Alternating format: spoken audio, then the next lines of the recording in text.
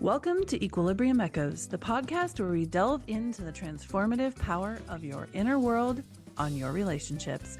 I'm your host, Alyssa Decker. Join me as we unlock the secrets of emotional equilibrium and dig deep into the tools and insights needed to foster healthier, more fulfilling relationships in ways that feel safe and authentic.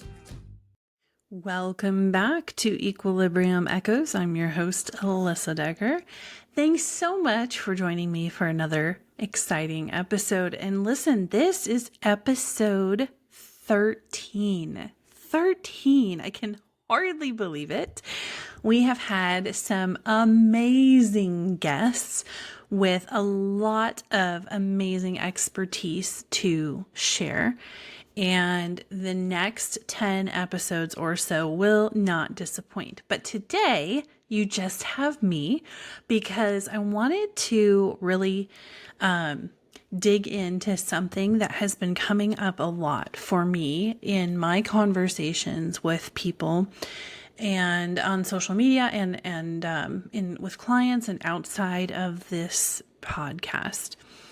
And it's a topic that a couple of years ago, I would honestly have to tell you, I didn't have a very clear grasp of or understanding of. And I wish that I had, because it would have changed so much for me. And that is the topic of my power, of reclaiming my power or standing in my power, my autonomy, my individualness, if you will. I believed for a long time that in a relationship, the honorable thing for me to do was always to defer to the other person. I grew up believing that deferring to someone else was godly, that deferring to someone else was the mature thing to do, that prioritizing other people over myself was the key to a successful relationship. And I still think, to a certain extent, in order to have a successful relationship, you have to be willing to put the other person's needs ahead of your own, right? That is true.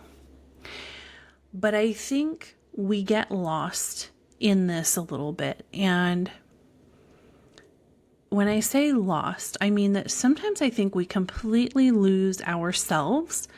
We lose sight of what we need or want in a relationship because we're so focused on putting the other person first that we get sort of drift down to the bottom of the ocean floor somewhere.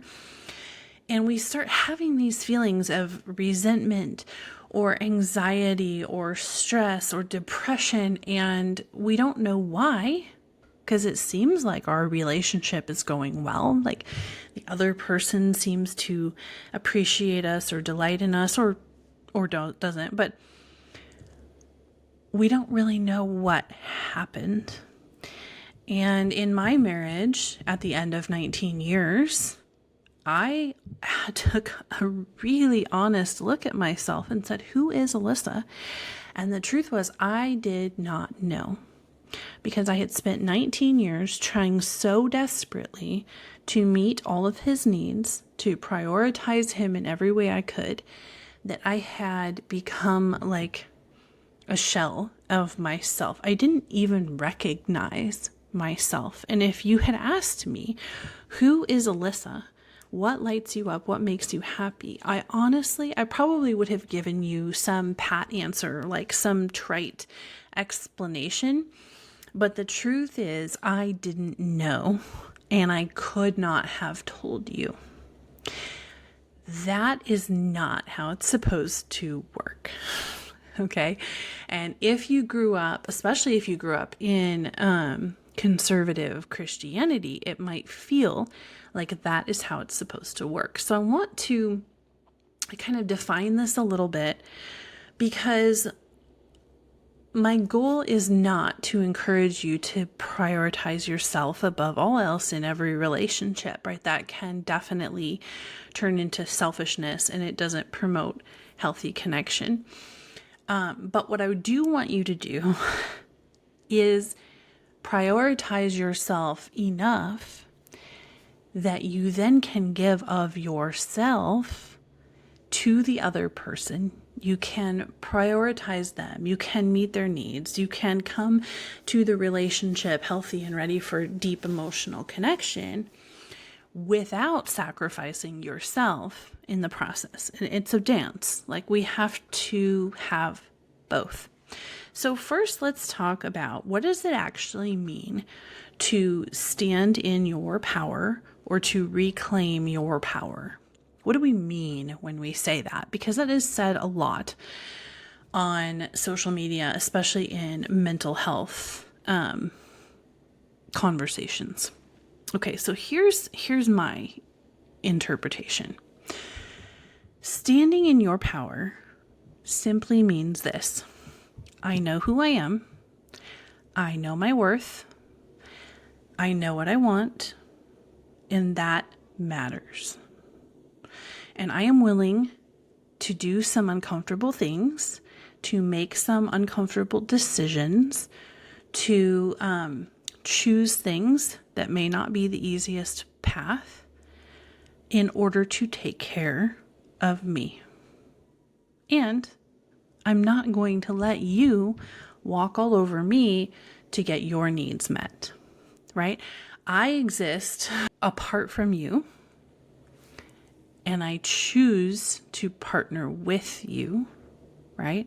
But it's separate. So often, I think what is taught about marriage is that marriage only works if you prioritize everything about the other person. But here's what I realized in doing this for 19 years and finding out that that doesn't work. If you're not also prioritizing yourself, you literally run out of things to give. You run out of self to invest in that relationship. When I meet someone's needs because they are someone important in my life, when I emotionally connect with someone because I want to be in community with them, I want to have a connection and a relationship with them, the only way I can do that is if I bring my true self to the conversation, right? And if I give away my true self, if I push myself in the closet and only focus on the other person, eventually there's nothing left of me to bring to the table. Okay? So you get to choose. This is something that I want to make really, really clear. When it comes to these conversations about power and autonomy, so often, we get kind of sucked into believing that things happen to us, or that we chose a relationship and therefore we chose the circumstance, right? Or we chose the relationship and therefore we have to allow certain behaviors within the relationship. All of that is complete BS. I want you to take a minute and stop for a second and think about some things in your life that you think or feel you have no control over. Okay? For example, this was a big one for me. I have no choice. This is what I used to think. I have no choice but to get out of my bed and take care of my kids every morning. I have to feed them. I have to clothe them. I have to make sure their basic needs are met, and I do not have a choice. Anybody else ever thought that? Here's the truth. I do have a choice. I can choose to not get out of bed, to not feed my children, to not provide clothing for them, to kick them out and let them live on the street, right? I could choose all of those things. Now, in choosing, I have to also accept the consequences, right?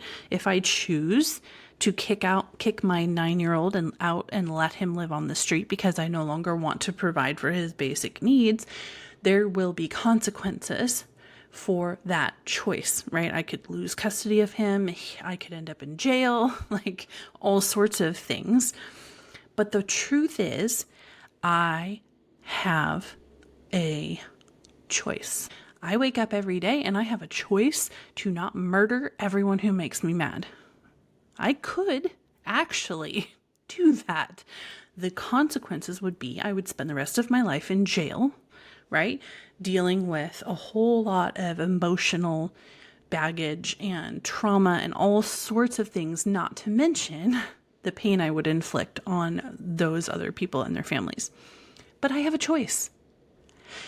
Every single thing in your life, you have a choice. Even in your relationships, you have a choice about every single thing that happens in your relationships. And if you're in a place where you feel like your relationship is out of control, it's causing you tons of stress and anxiety, and there's nothing you can do about it, I want to stop you right now and say, you have a choice. Sometimes the choice is painful. Sometimes the choice sucks, and it's like the difference between the worst possible choice you can imagine and slightly less terrible than the worst possible option you can imagine. But when you reframe everything in light of, I have a choice, what does that do? That empowers you to make that choice. You suddenly look at everything differently. I have no choice but to have sex with my husband because I married him and this is my duty. Oh yes, sister, you have a choice. Will that choice have consequences, positive or negative? Yes, but you have a choice. I have no choice but to get out of bed and go to a job I hate where my boss yells at me. Yes, actually, you do have a choice. Now, the consequences of that choice might be that you end up working at Walmart and taking a huge pay cut and having to sell your house and your car to put food on the table, but you have a choice. And I want to empower you with this today because oftentimes, as it was for me, this is the first step in reclaiming your power, stepping back into your autonomy. It is a completely different feeling in your body when you say, I don't want to do this, but I'm going to because this is the choice I'm making, versus this is the circumstances I find myself in. I am a victim to these circumstances and I have no choice. Okay, so stop saying you don't have a choice. This is the first step. You reclaim your autonomy in a very big way. You step back into your power in a huge way when you remember you have a choice.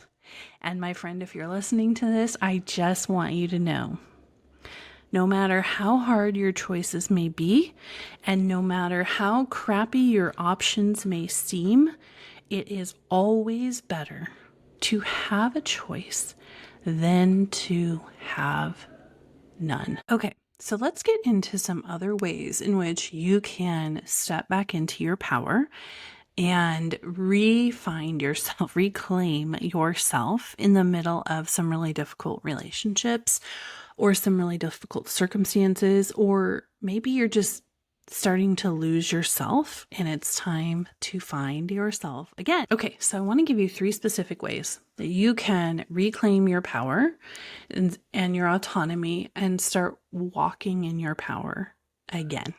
Whether this is in a relationship that you've lost your power or just in your life, you've misplaced it, you've let it drift away, you don't really know what happened, but you find yourself in this dynamic where you suddenly don't feel like you are in control of your own life, and it's time to change that. Okay, so the number one thing that I want you to do to reclaim your power. Goes back to what we were just talking about there about choice. I want you to start framing the decisions that you make in your life, especially the ones that don't feel good.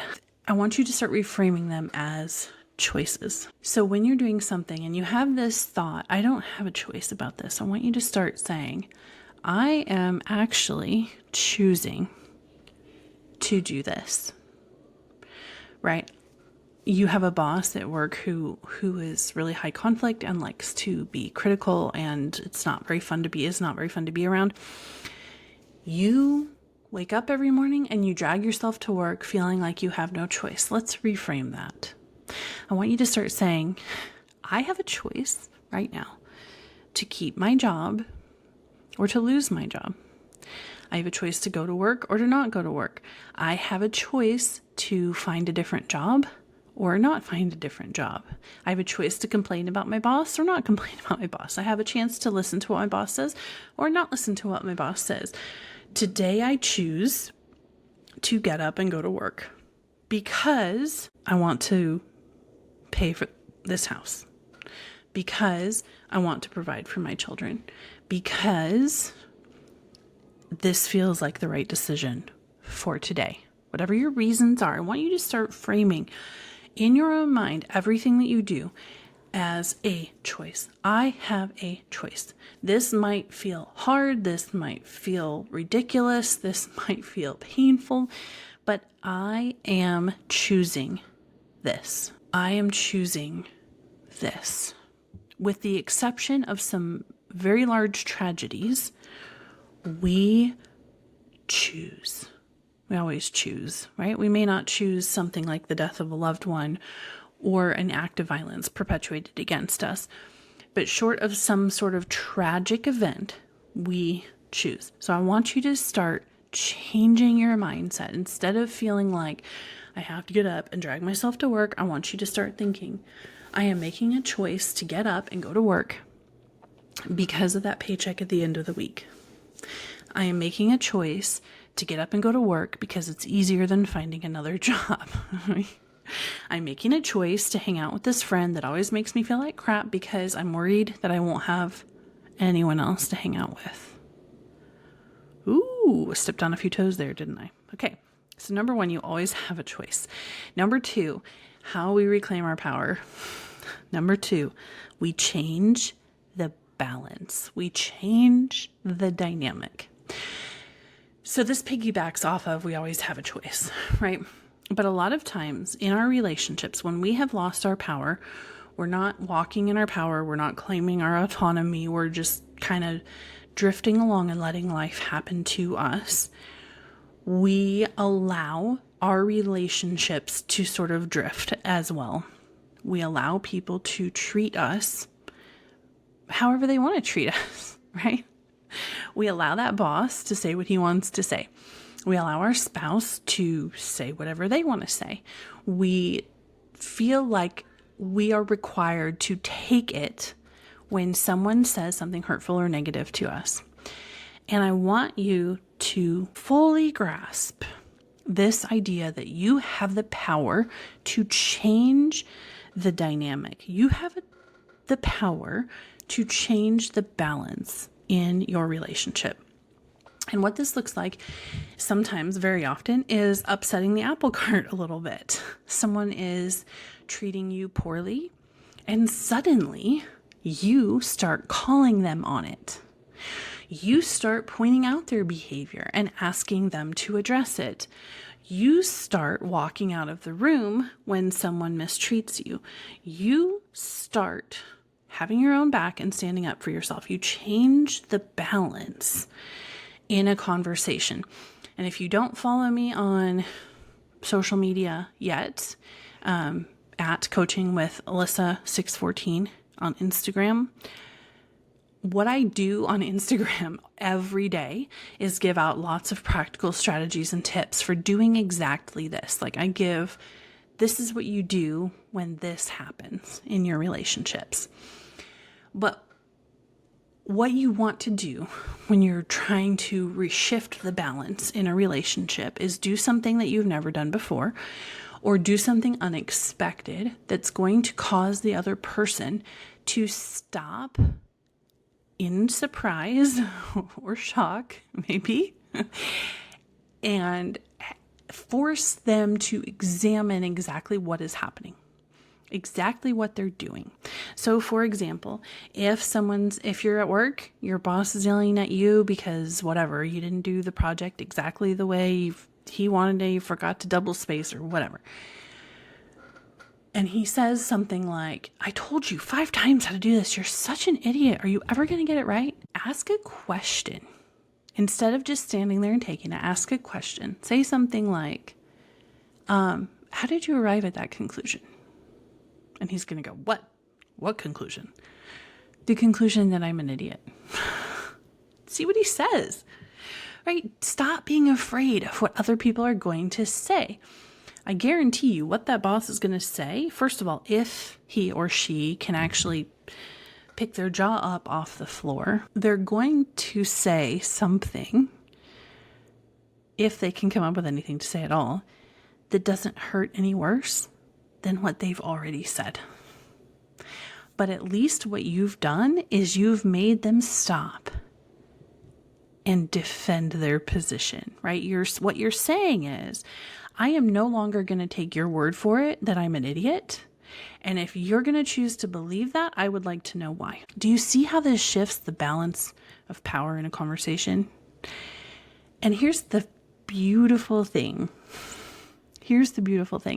You're not being disrespectful. You are not yelling back. You're essentially not doing anything that could get you fired, right? You're just asking for clarification. But that is going to feel so very different in your body. You're going to have this moment of wanting to high five yourself right in front of your boss because you have suddenly stepped back into your power. That's what it feels like when you can do this. Or you can use something like the word okay. I love okay. It's the best word in the dictionary. Not really, but it's a very useful word. So, for example, in my story, when I left my husband after almost 19 years, we had our 19th anniversary before the divorce was final, but I left him prior to that.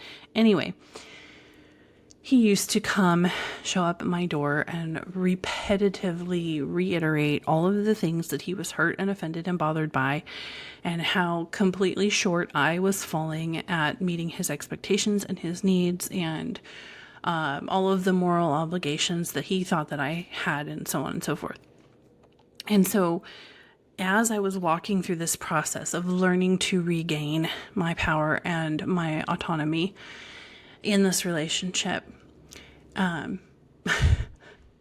got to a place where he would say things that were intended to be daggers to my soul. And because of all the inner work I was doing, I started looking at him and being like, okay. So one day we're out in the driveway and he's ranting and telling me again how he just cannot believe that I would be a good Christian woman and leave him and yada, yada, yada.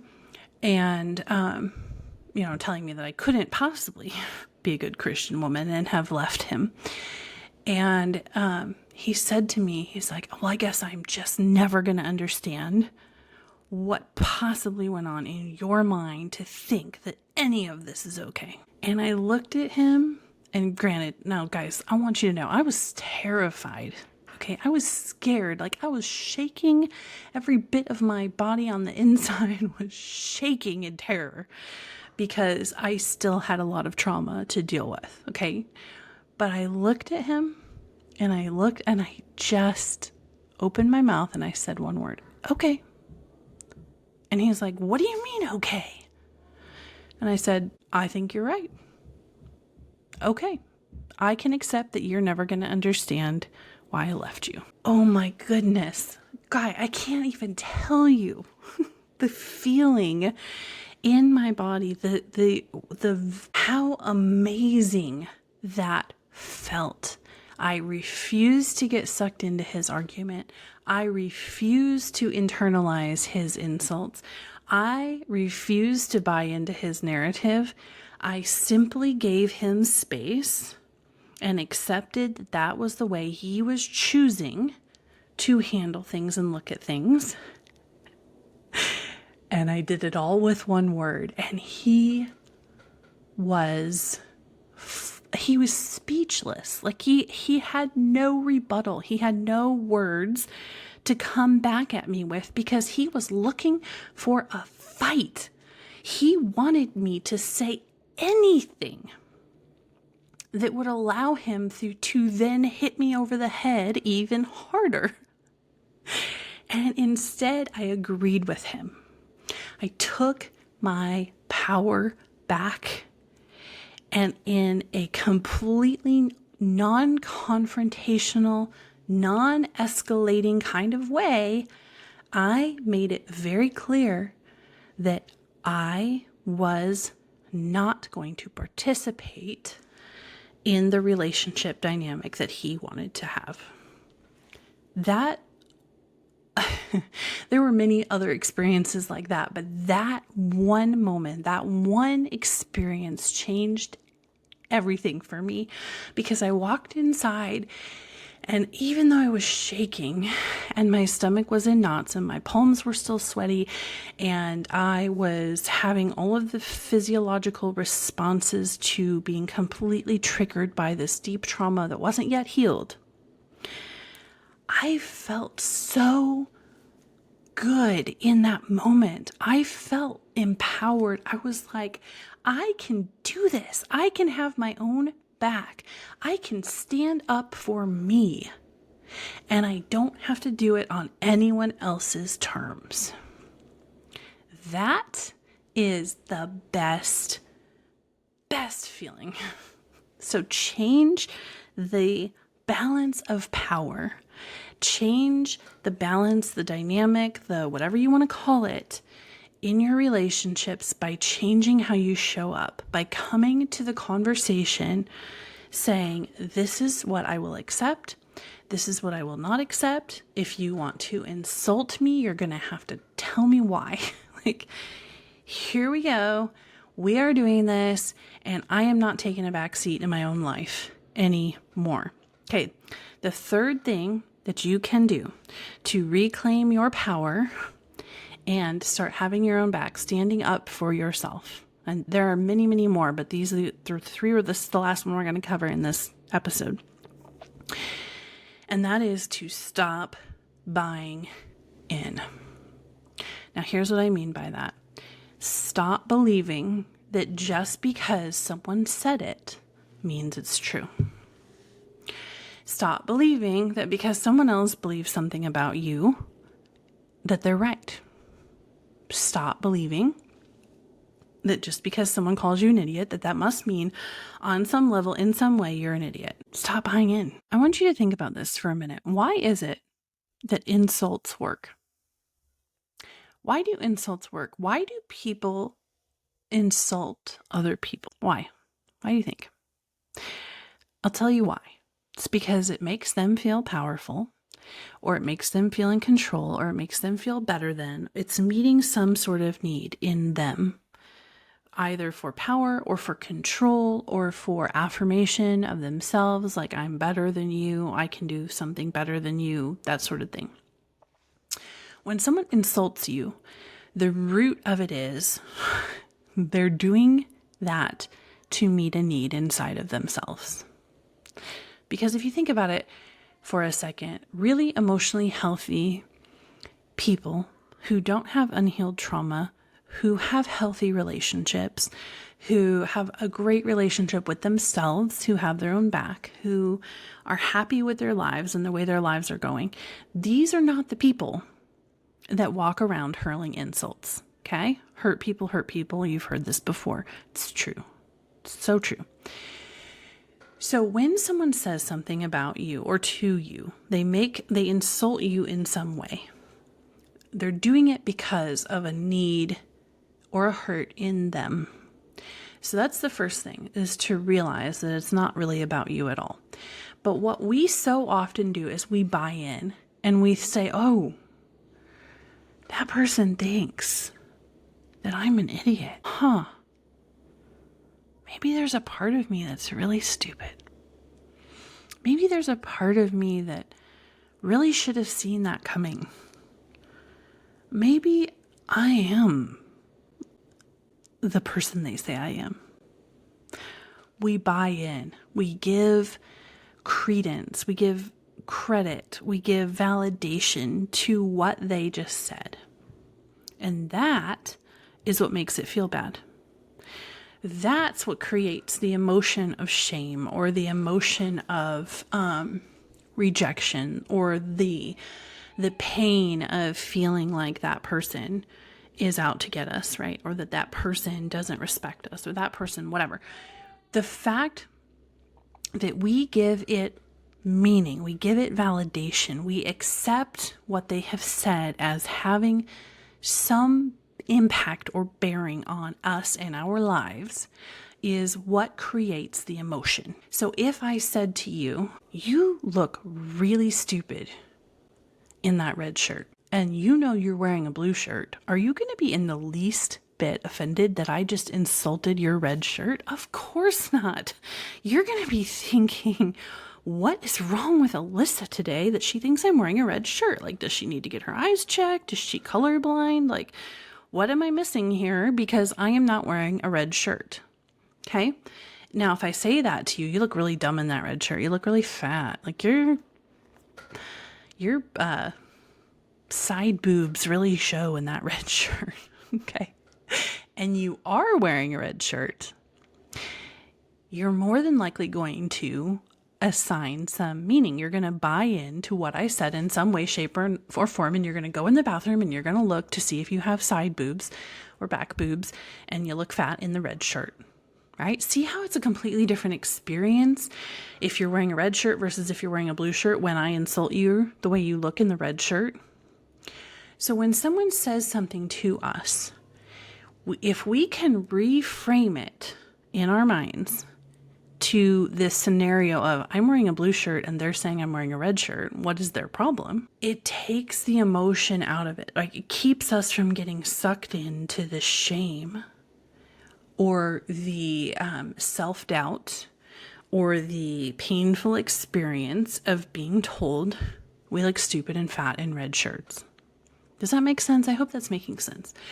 So when you have someone in your life who repeatedly hurts you, they like to insult you, they like to yell at you, whatever it looks like. There's this constant amount of conflict in this relationship. I want you to start picturing in your head this red shirt, blue shirt scenario. And I want you to, every time you're talking to them and they say something hurtful, I want you to ask yourself, is this a red shirt, blue shirt thing? Oh, they called me an idiot again. That's really fascinating that they think I'm an idiot, but I don't think I am. I'm not. Like, I think this is a red shirt, blue shirt thing. And then what that allows you to do is let it roll off your back, right? It lets you sort of move on without a big emotional buy-in. You're not allowing their words to actually have meaning and create emotion in you. And so often we think that just because someone says something, that it's true on some level, or we think that just because someone feels this way, a certain way, that we have to buy in and agree.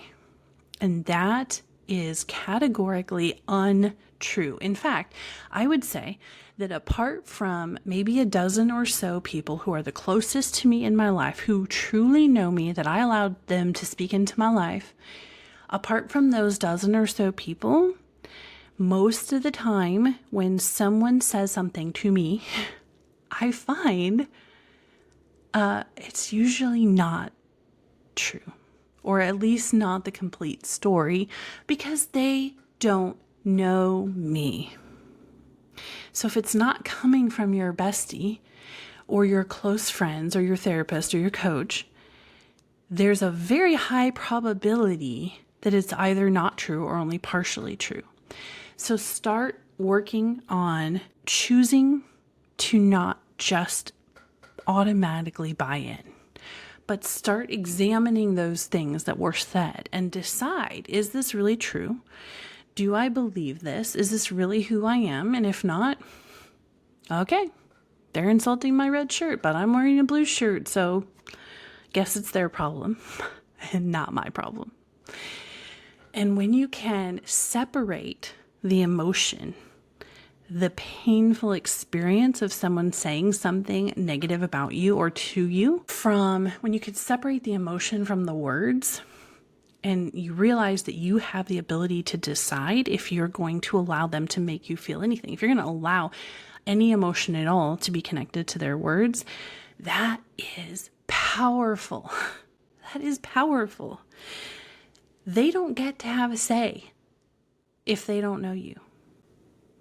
If they're not someone who has proven a level of trustworthiness to be in your inner circle, to speak into your life, then you know what? Guess what? They probably don't get to have a say.